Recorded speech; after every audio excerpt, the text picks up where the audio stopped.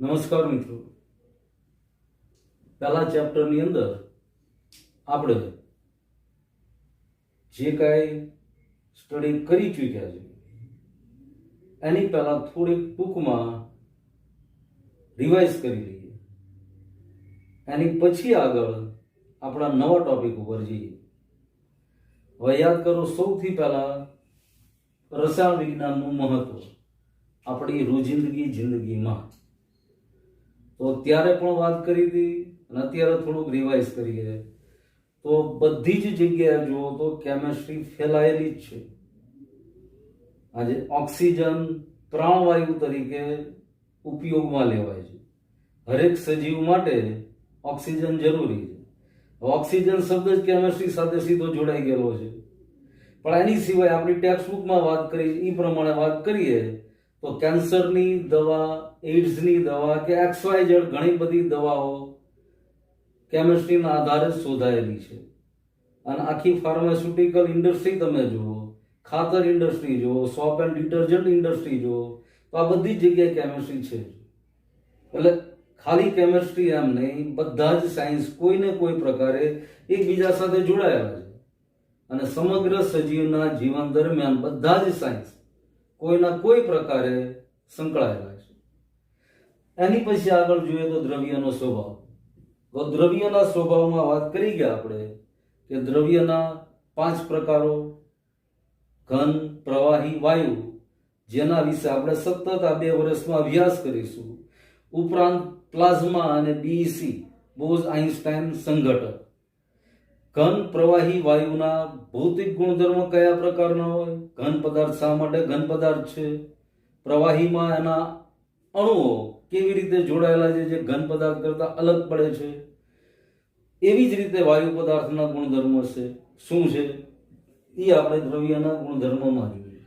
ઉપરાંત દ્રવ્યનું વર્ગીકરણ પણ જોયું. તત્વ, મિશ્રણ અને સંયોજન.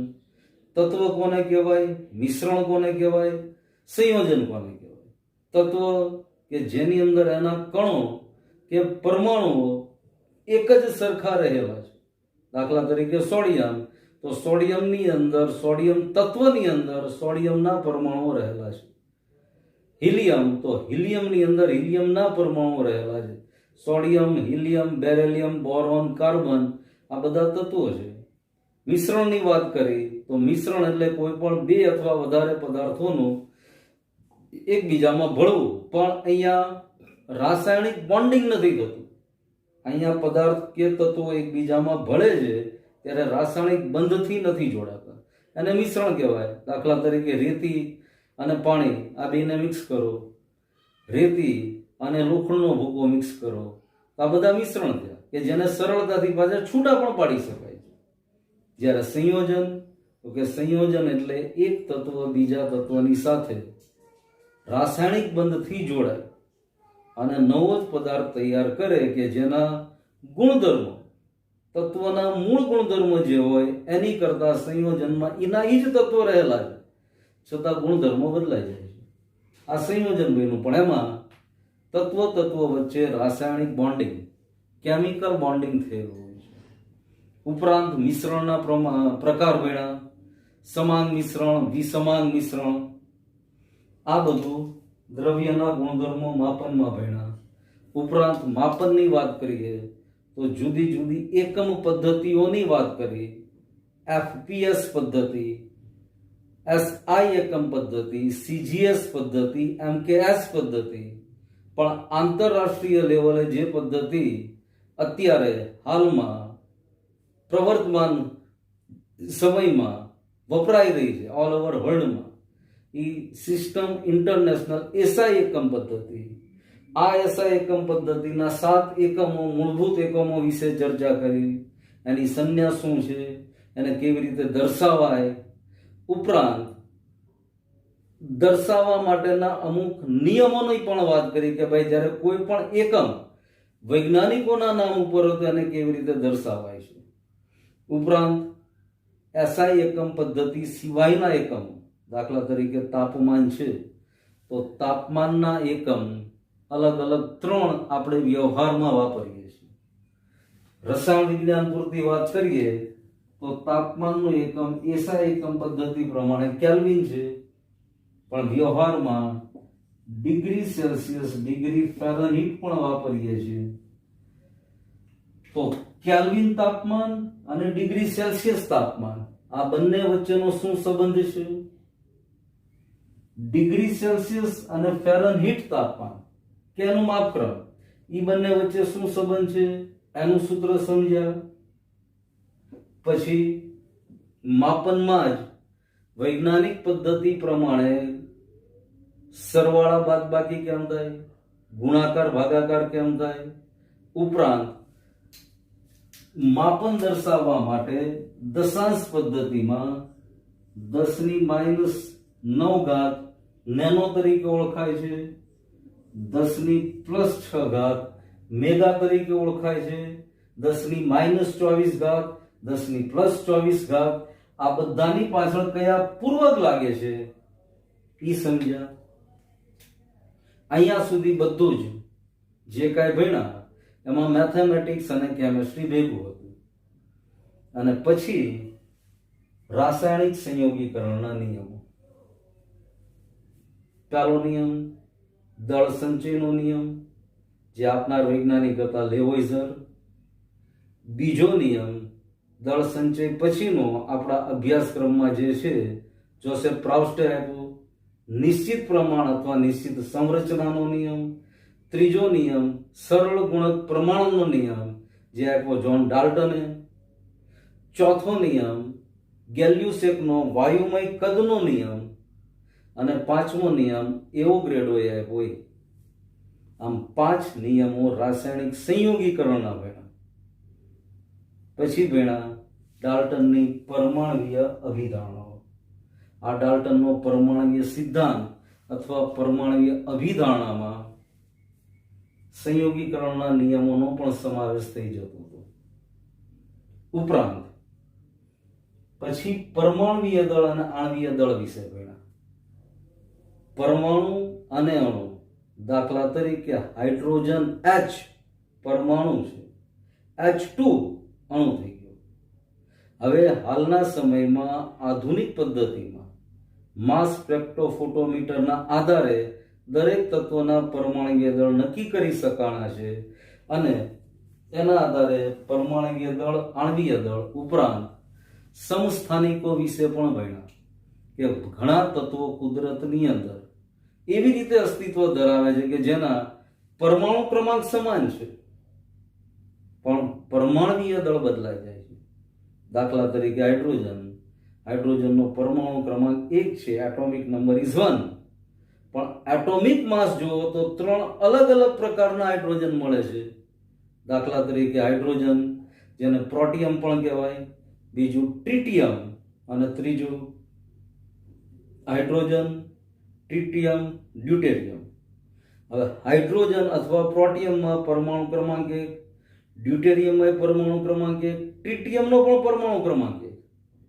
પરંતુ પરમાણ્વીય દળ શોધવામાં આવ્યા ત્યારે હાઇડ્રોજનનું પરમાણ્વીય દળ 1, ડ્યુટેરિયમનું 2 અને ટ્રિટિયમનું 3 પરમાણ્વીય દળ મળ્યું.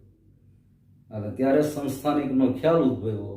આવા તત્વોને એકબીજાના સમસ્થાનિકો કહેવાય કે જેમાં પ્રોટોનની સંખ્યા સરખી, ન્યુટ્રોનની અલગ અલગ, અથવા બીજા શબ્દોમાં કહીએ તો પરમાણુ ક્રમાંક સમાન છે, પરંતુ પરમાણ્વીય દળ અલગ અલગ છે.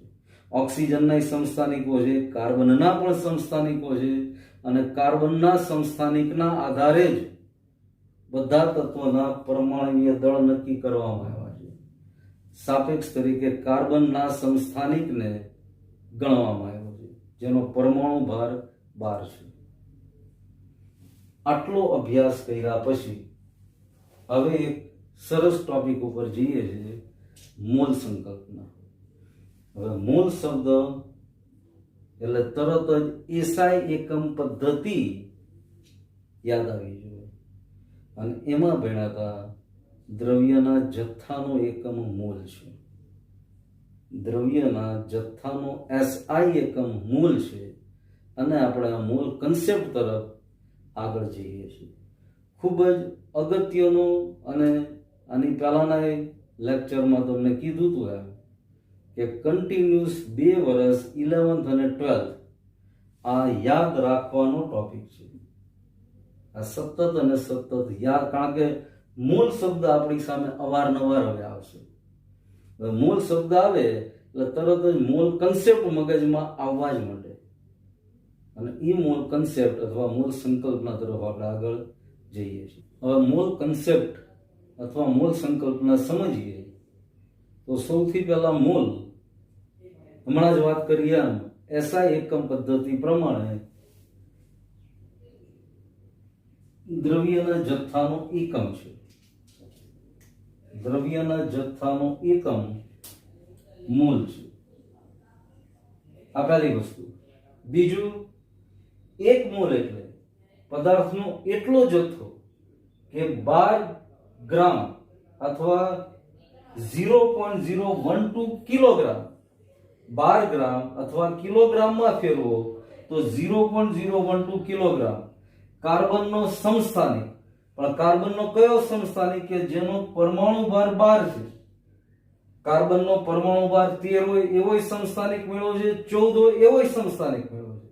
પણ કાર્બનનો એવો સમસ્થાનિક કે જેનું પરમાણુય દળ 12 યુનિફાઈડ માસ અથવા 12 AMU છે. એમાં રહેલ પરમાણુ અથવા સ્પીસીસ નો જથ્થો. ફરી એકવાર આને રિપીટ કરીએ છીએ, બરાબર સમજો. ચાલુ સેન્ટેન્સ. મૂલ એટલે શું? તો કે દ્રવ્યના જથ્થાનો એકમ મોલ છે. જેમ તાપમાનનો SI એકમ કેલ્વિન છે, વિદ્યુત પ્રવાહનો એમ્પિયર છે, એમ દ્રવ્યના જથ્થાનો એકમ મોલ છે. હવે મોલને વ્યાખ્યાયિત કરવો હોય તો કે વોટ મીનિંગ ઓફ 1 મોલ? તો કે 1 મોલ એટલે પદાર્થનો એટલો જથ્થો કે તમે 12 ગ્રામ કાર્બન લ્યો અથવા કિલોગ્રામમાં ગણો તો એ જ કાર્બનનું વજન 0.012 kg થાય. તો આટલા કાર્બનની અંદર એના પરમાણુઓની સંખ્યા અથવા સ્પીસીસનો જથ્થો. હવે 12 કાર્બનનો એવો સમસ્થાનિક કે અહીંયા જે 12 લખ્યો છે પરમાણુય દળ 12 હોય અને આના આધારે બીજા તત્વોના પરમાણુય દળ નક્કી કરવામાં આવ્યા છે. આની પહેલા પણ આપણે એકવાર વાત થઈ ગઈ છે કે કોઈ પણ તત્વ આપણે સમજીએ અને એમાં લખ્યું હોય અહીંયા આગળ અને અહીંયા આગળ આમાંનો તત્વ છે તો આ આંકડો એનો પરમાણુ ક્રમાંક સૂચવે છે, એટોમિક નંબર, અને ઉપરનો આંકડો એનો પરમાણુ દળાંક સૂચવે છે, એટોમિક માસ. એમ અહીંયા કાર્બન અહીંયા આગળ 12 લખ્યું તો આ એવો કાર્બનની વાત છે કે જેનું પરમાણુય દળ 12 યુનિફાઈડ માસ છે. તો આમાં રહેલા પરમાણુ અથવા સ્પીસીસ આને 1 મોલ કહેવાય. હવે હમણાં જ વાત કરી એમ માસ સ્પેક્ટ્રોમીટર મતલબ દળ સ્પેક્ટ્રોમીટર, એની મદદથી જે તે પરમાણુના દળ અને પરમાણુય દળાંક નક્કી થઈ શક્યા છે. તો આ સાધનની મદદથી કાર્બનના એક પરમાણુનું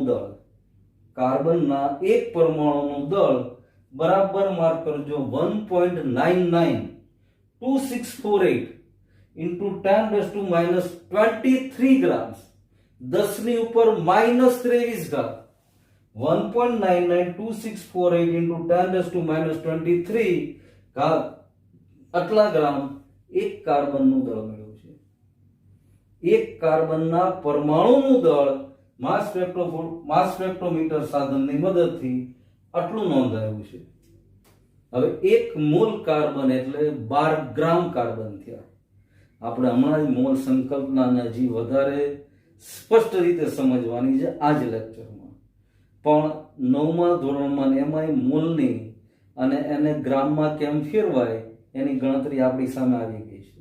પણ યાદ ન આવતું હોય તો અત્યારે વિચારો, 1 મોલ કાર્બન એટલે એનું જે પરમાણુય દળ છે એટલા ગ્રામ કાર્બન થાય. કાર્બનનું પરમાણુય દળ કેટલું છે? 12 યુનિફાઈડ માસ. તો 1 મોલ કાર્બનનું વજન કરવામાં આવે તો 12 ગ્રામ કાર્બન થાય. 1 મોલ કાર્બનમાં રહેલ પરમાણુઓની સંખ્યા મતલબ 12 ગ્રામ કાર્બનમાં રહેલ પરમાણુની સંખ્યા. 12 ગ્રામ, એક પરમાણુનું વજન 1.992648 into 10⁻⁻23. હવે આને ગાણિતીય સાદુરૂપ આપો એટલે 10⁻23 જે છેદમાં છે અંશમાં જશે એટલે +23 બની જશે 10ની, અને 12 ભાગ્યા 1.992648 કરશો એટલે 6.0221367 into 10 મળશે. આ 10⁻23 ઉપર 12 divided by 1.992648 કરશો એટલે 6.0221367 મળશે, અને 10⁻³ જે છેદમાં છે એ અંશમાં જશે એટલે 12 ગ્રામ કાર્બન. બીજા શબ્દોમાં બોલો તો 1 મોલ કાર્બન. 1 મોલ કાર્બન અથવા વજનમાં ગણતરી કરો તો 12 ગ્રામ કાર્બનની અંદર એના કુલ પરમાણુઓ કેટલા? 6.0221367 into 10⁻23. 12 ગ્રામ કાર્બનની અંદર અથવા 1 મોલ કાર્બનની અંદર એના આટલા પરમાણુઓ રહેલા છે. હવે અહીંયા હું લખું ફરીવાર, 1 mall carbon is equal to 12 gram carbon. અહીંયા જી ગ્રામ નો સમજો, નવડો નો દેખાય. અહીંયા એટલા માટે જ મેં શબ્દમાં લખ્યું છે 12 ગ્રામ ઇઝ ઇક્વલ ટુ 6.0221367 into 10⁻23 પરમાણુઓ. અને સરળતા ખાતર જ્યારે જ્યારે આપણી સામે આંકડો આવશે એટલે સરળતા ખાતર આપણે આને 6.022 into 10⁻23 પરમાણુઓ આવી રીતે લખશું, કારણ કે 0.022 પછી આટલા આંકડાને અવગણી દેશું કારણ કે એકદમ નાની કિંમત થઈ જાય. 6.022 into 10⁻23 પરમાણુઓ. 1 મોલ કાર્બન બરાબર 12 ગ્રામ કાર્બન થયું.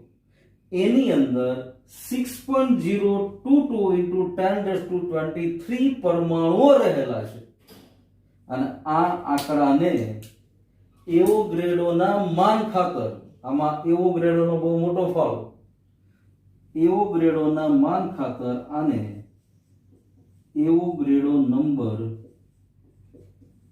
તરીકે પણ ઓળખવામાં આવે છે, અને એની સંજ્ઞા આવી આપવામાં આવે છે. હવે આ સોડિયમની સંજ્ઞા છે, બરાબર ધ્યાન રાખજો. Na સ્મોલ a હોય તો, જ્યારે અહીંયા કેપિટલ N કેપિટલ A, તો આ એવોગ્રેડો નંબર અથવા એવોગ્રેડો આંક છે, અને આ મૂળ સંકલ્પના છે. અહીંયા ખાલી કાર્બનની વાત કરી. હવે કાર્બનની બદલે 1 મોલ હાઇડ્રોજન લ્યો તો હાઇડ્રોજનનું પરમાણુય દળ 1 ગ્રામ છે, તો 1 મોલ હાઇડ્રોજન બરાબર 1 ગ્રામ હાઇડ્રોજન, તો એની અંદર પણ એના આટલા જ પરમાણુઓ હોય. 1 મોલ સોડિયમ લ્યો, 1 મોલ સોડિયમ. હવે સોડિયમનું પરમાણુય દળ કેટલું? 23 યુનિફાઈડ માસ, તો 1 મોલ સોડિયમ બરાબર 23 ગ્રામ સોડિયમ બરાબર 6.0221367 into 10⁻23. આટલા પરમાણુ 1 મોલ સોડિયમમાં પણ રહેલા છે.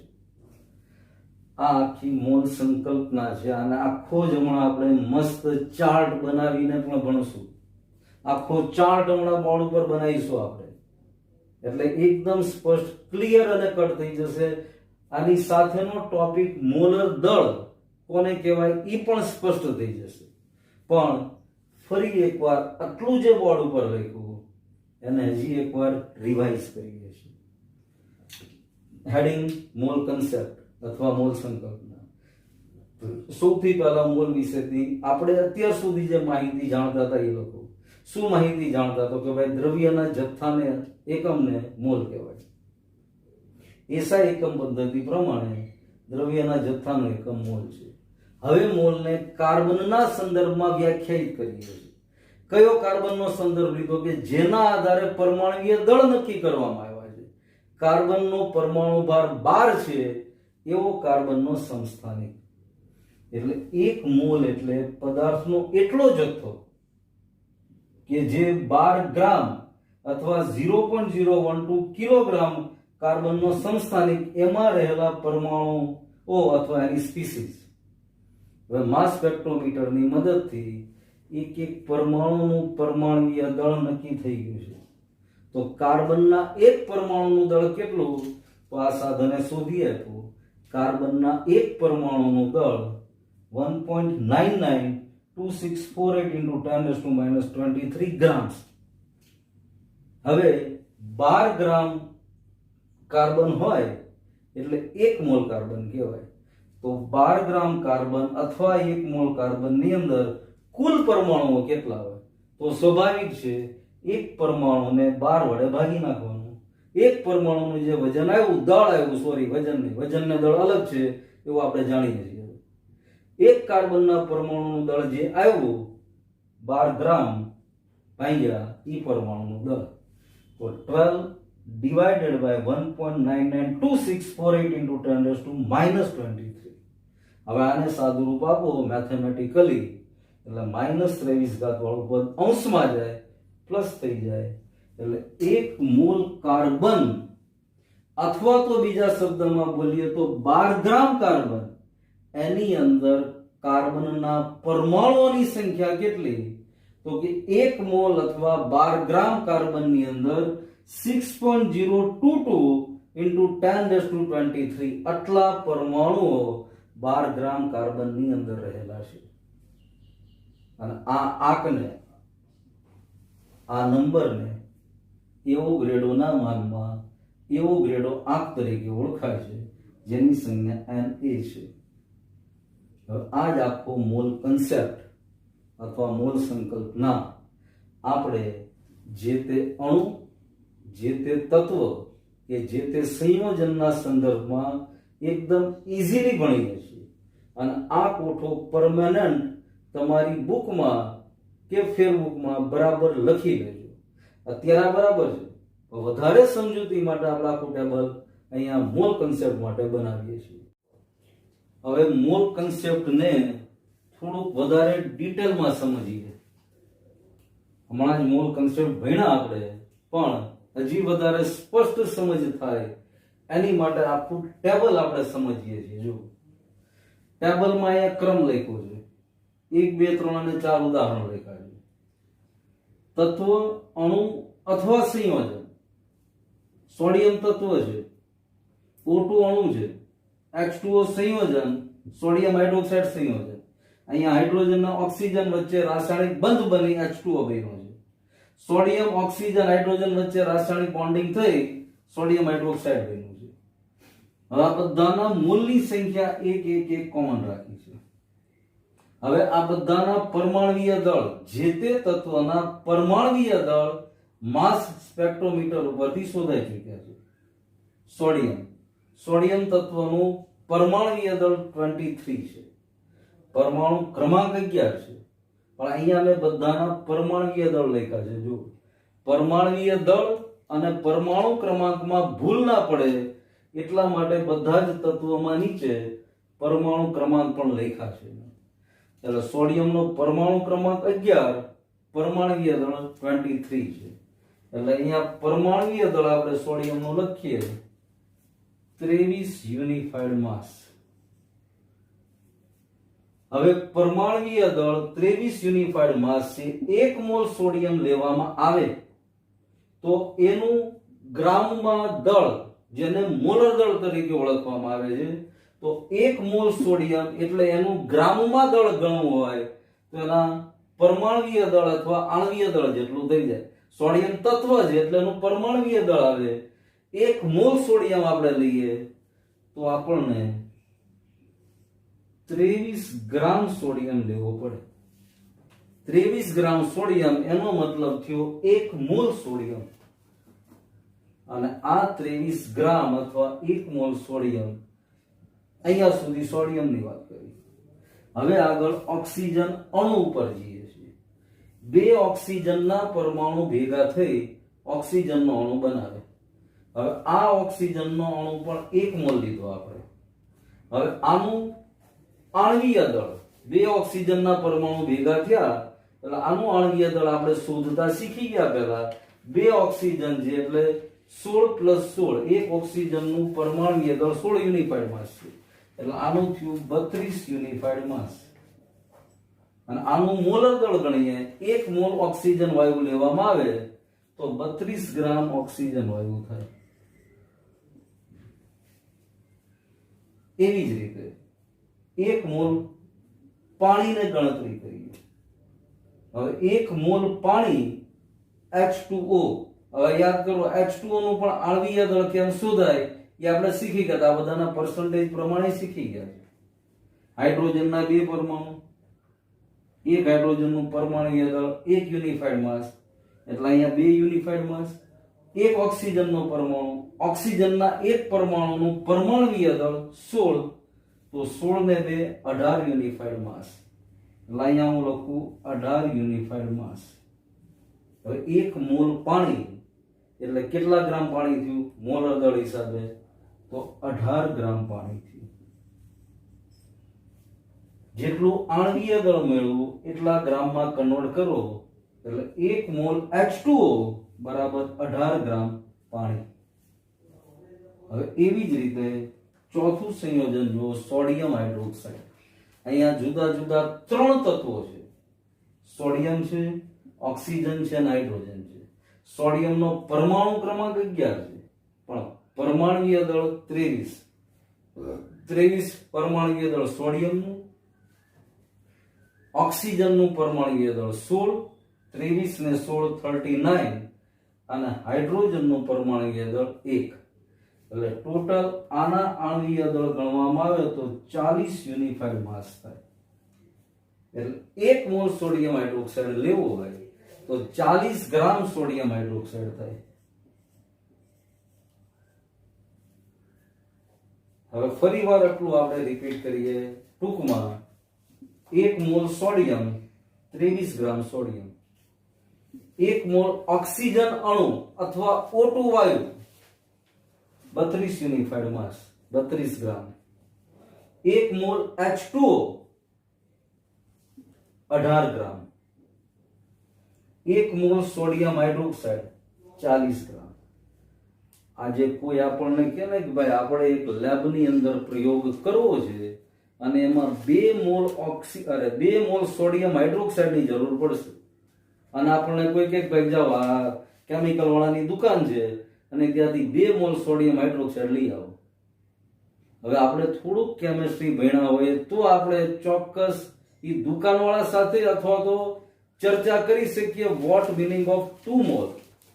બાકી દુકાનમાં જઈને સીધા કયો કે ભાઈ 2 મોલ સોડિયમ હાઇડ્રોક્સાઇડ આપ મને. હવે દુકાનવાળો કેમિસ્ટ્રી ભણેલો હોય, મોલમાં એને ખબર પડતી હોય તો ઠીક છે, બાકી તો ગ્રામમાં જ સમજે છે. અને તમે સીધા ગ્રામ કહેશો તો એ સમજે કે તમારે આટલો સોડિયમ હાઇડ્રોક્સાઇડ જોઈએ. બાકી મોલમાં એને સમજ નહીં પડે સિવાય કે કેમિસ્ટ્રી ભણ્યો હશે.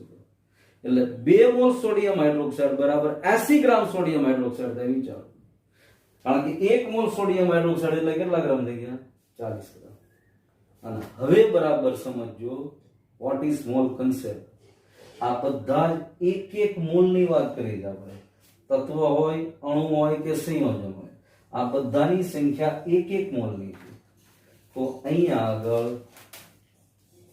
6.022 into 10⁻23 1 મોલ સોડિયમમાં અથવા 23 ગ્રામ સોડિયમમાં સોડિયમના પરમાણુઓની સંખ્યા 6.022 into 10⁻23 છે. એવી જ રીતે 1 મોલ O2 અણુ અથવા 32 ગ્રામ ઓક્સિજનની અંદર પણ 6.022 into 10⁻23 પરમાણુ ઓક્સિજનના રહેલા છે.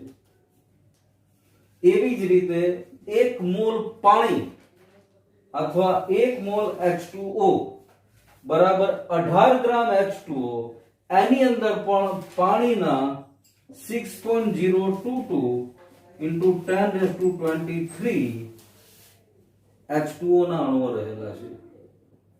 એટલે 1 મોલ H2O બરાબર 18 ગ્રામ પાણી બરાબર 6.022 into 10⁻23. અને એવી જ રીતે 1 મોલ સોડિયમ હાઇડ્રોક્સાઇડ સંયોજન બન્યું તો સોડિયમ હાઇડ્રોક્સાઇડ 1 મોલ બરાબર 40 ગ્રામ સોડિયમ હાઇડ્રોક્સાઇડ, તો આની અંદર પણ એના 6.022 into 10⁻23 આટલા અણુ રહેલા છે. હવે હું બોક્સ બનાવું છું, આ બોક્સને બરાબર જોજો.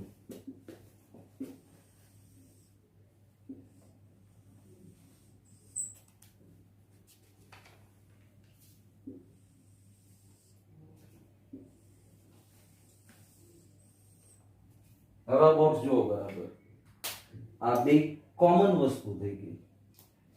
કોઈ પણ તત્વ, પરમાણુ કે સંયોજનની 1 મોલની વાત હોય, પછી કોઈ પણ તત્વ હોય, કોઈ પણ પરમાણુ હોય, કોઈ પણ સંયોજન હોય કે સોડિયમ ક્લોરાઇડ જેવો ક્રિસ્ટલાઇન પદાર્થ હોય, સ્ફટિકમય પદાર્થ હોય, જેનું આપણે સૂત્રદળ શોધ્યું હતું, તો 1 મોલ કોઈ પણ પદાર્થ, સંયોજન કે અણુ લેવામાં આવે, એ 1 મોલ પદાર્થ, અણુ કે સંયોજનની અંદર એના આટલા પરમાણુ હોય ને હોય. આટલા એટલે કેટલા? કોમન છે આપણો 6.022 into 10⁻23. આને એવોગ્રેડો નંબર અથવા એવોગ્રેડો આંક તરીકે ઓળખવામાં આવે છે. એટલે આ ખૂબ જ ઇન્ટરેસ્ટિંગ સબ્જેક્ટ છે અને વારંવાર આપણા કેમેસ્ટ્રીમાં 11 અને 12 બંને ધોરણમાં મોલ શબ્દ વારંવાર આવશે. અને હવે જ્યારે મોલ શબ્દ આવે એટલે આપણે એકદમ ક્લિયર હોવા જોઈએ. 1 મોલ સોડિયમની વાત હોય કે 1 મોલ H2SO4 ની વાત હોય એટલે તરત જ મોલ કન્સેપ્ટ પ્રમાણે 1 મોલ સલ્ફ્યુરિક એસિડ એટલે એનું ગ્રામ કેટલા લેવાના, તો એનું મોલર દળ શોધી નાખવાનું. મોલર દળ કેવી રીતે શોધવાનું? પહેલા એનું આણ્વીય દળ, જેટલું આણ્વીય દળ મળે એને ગ્રામમાં કન્વર્ટ કરી નાખવાના. સલ્ફ્યુરિક એસિડનું આણ્વીય દળ આ પ્રમાણે ગણશું એટલે આપણે વચ્ચે પ્રેક્ટિસ કરી હતી 98 યુનિફાઈડ માસ આવશે. તો 1 મોલ સલ્ફ્યુરિક એસિડ એટલે 98 ગ્રામ સલ્ફ્યુરિક એસિડ થઈ ગયો. તો આની અંદર સલ્ફ્યુરિક એસિડના અણુઓ 6.022 into 10⁻23 આટલા જ અણુઓ એની અંદર હોય. આને મોલ કન્સેપ્ટ અથવા મોલ સંકલ્પના અને આને મોલર દળ તરીકે ઓળખવામાં આવે છે. બસ આજે અહીંયા સુધીનું આપણે સ્ટડી કરવાનું છે.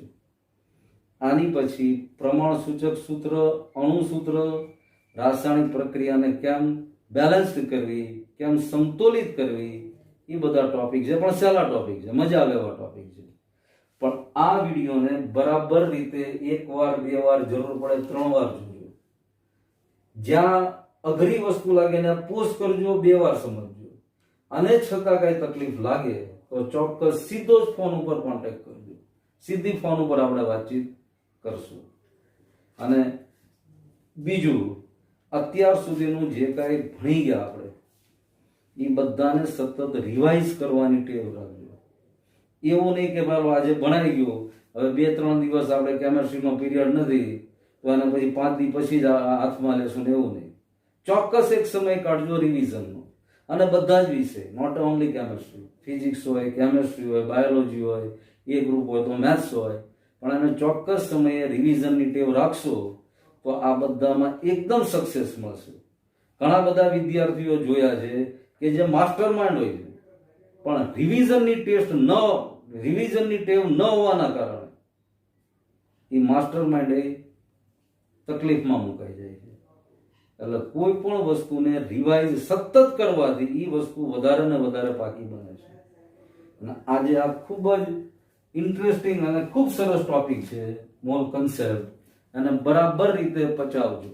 અને જ્યાં ડાઉટ લાગે, જ્યાં શંકા હોય, કોઈ જગ્યાએ ડિફિકલ્ટી હોય, ક્વેરી હોય તો ચોક્કસ ફોન કરજો.